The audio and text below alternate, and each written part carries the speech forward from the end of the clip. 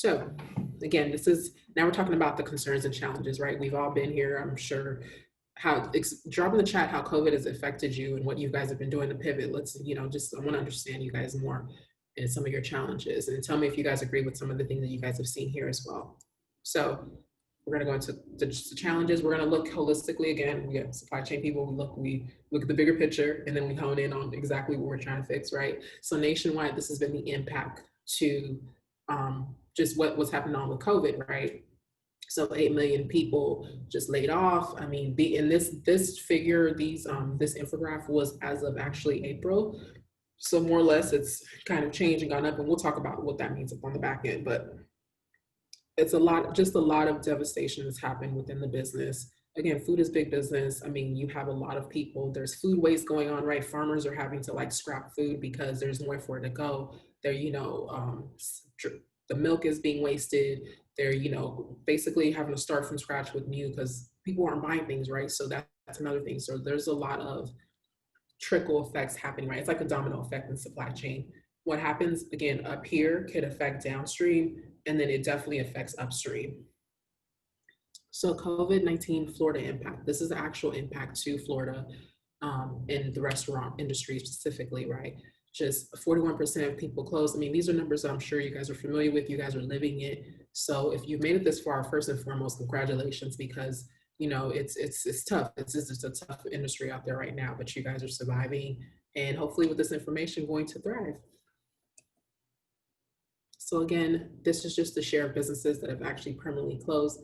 60%, they've estimated that 60% of businesses are now out, restaurants I should say, are now out of business. The remaining 40 are either struggling or thriving. And so the road to recovery is not going to be without speed bumps. It's definitely going to be tough. But you guys, again, kudos to you guys because you guys have made it this far. So I'm super happy for you guys, and hopefully this information will help take you guys even further. This is the breakdown by state. As you can see, Florida is one of the top states where businesses are closing.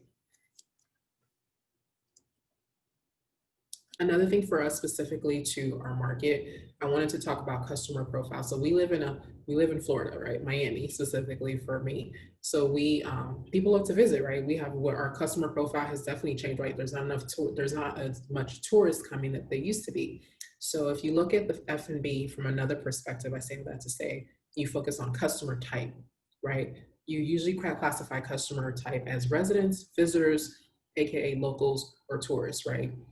The potential challenge here is now you have to pivot your business. If you had let's say 80% tourists, right? You're servicing tourists that usually bring with them the tastes and habits from their home country or region, right? So when I travel, I like to, in the mornings, I still like eggs. Some places in Europe, they're like, eggs, we do, they do sweets for breakfast, right? And I'm like, well, no, I want an egg, right? So now you're having to cater to someone, like me, who is used to my home traditions, right? So now you have your whole business model with tourist palettes, right? And so now you're having to pivot. So that's some of the challenges, right? Your customer profile has changed.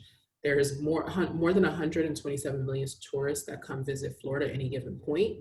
But since then, 60% has declined, right? So there's a decline of almost 20 million visitors. That's a big drop. So again, just being mindful of, okay, how do we change that strategy? How do we get local people through the door? And then changing in long stream, right? So you shouldn't have so much of your business heavily reliant on tourists. Some good news. Finally, some good news. So we know what the challenges are, but there's hope.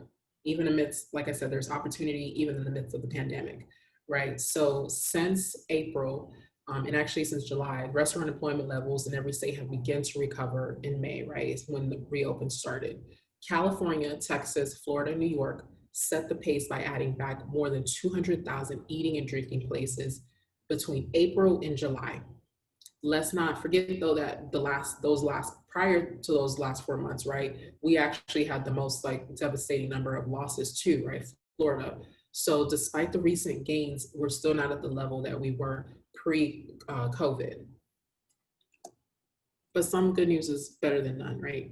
So another place to look at, right, when you look at just understanding trends is the National Restaurant Association Performance Index, right? They registered a moderate gain in July, which they call the RPI. So the RPI is a monthly composite index that tracks the health, of and the outlook of the industry of US restaurant industry. That stood at 97.1 in July, which was up zero point 0.7, I'm sorry, 0.7% from June and represented the highest level since the beginning of the coronavirus. So July is the third consecutive month that that's increased. So again, that shows us that we're starting to move in the other direction again.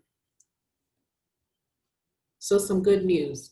Some good news is that, you know, Friday and Saturday night takeout and delivery is gaining steam, right? If you're not delivering yet or curbside, got to get with it, right? That's super important. The average number of orders for these two nights was up 31% higher on Fridays than any other day of the week. The average dollar value was also up 34% higher. Uber reports that orders increase between 2 and 6 p.m. on Fridays, right? Follow the money. Uber is someone you should be watching, right? They're one of the big boys. What are they doing?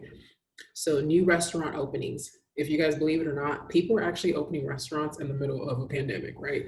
There's over 50 new restaurants that have opened since June. Again, there's a lot of opportunities. 138 cloud kitchens are scheduled to open by the end of the year. Drop in the chat if you guys know what a cloud kitchen is. So cloud kitchens, if you guys don't know, are virtual ghost kitchens where space that allow restaurants to prepare food solely for the delivery purposes, right? So again, a lot of opportunity, even though there's a pandemic going on. So the verdict here is that consumers are getting tired of cooking, right? I don't know about you guys. And then also people still miss the idea of dining out. They still want to have that experience, right? So you guys want to make sure you guys understand this and really position yourself for, you know, for this opportunity.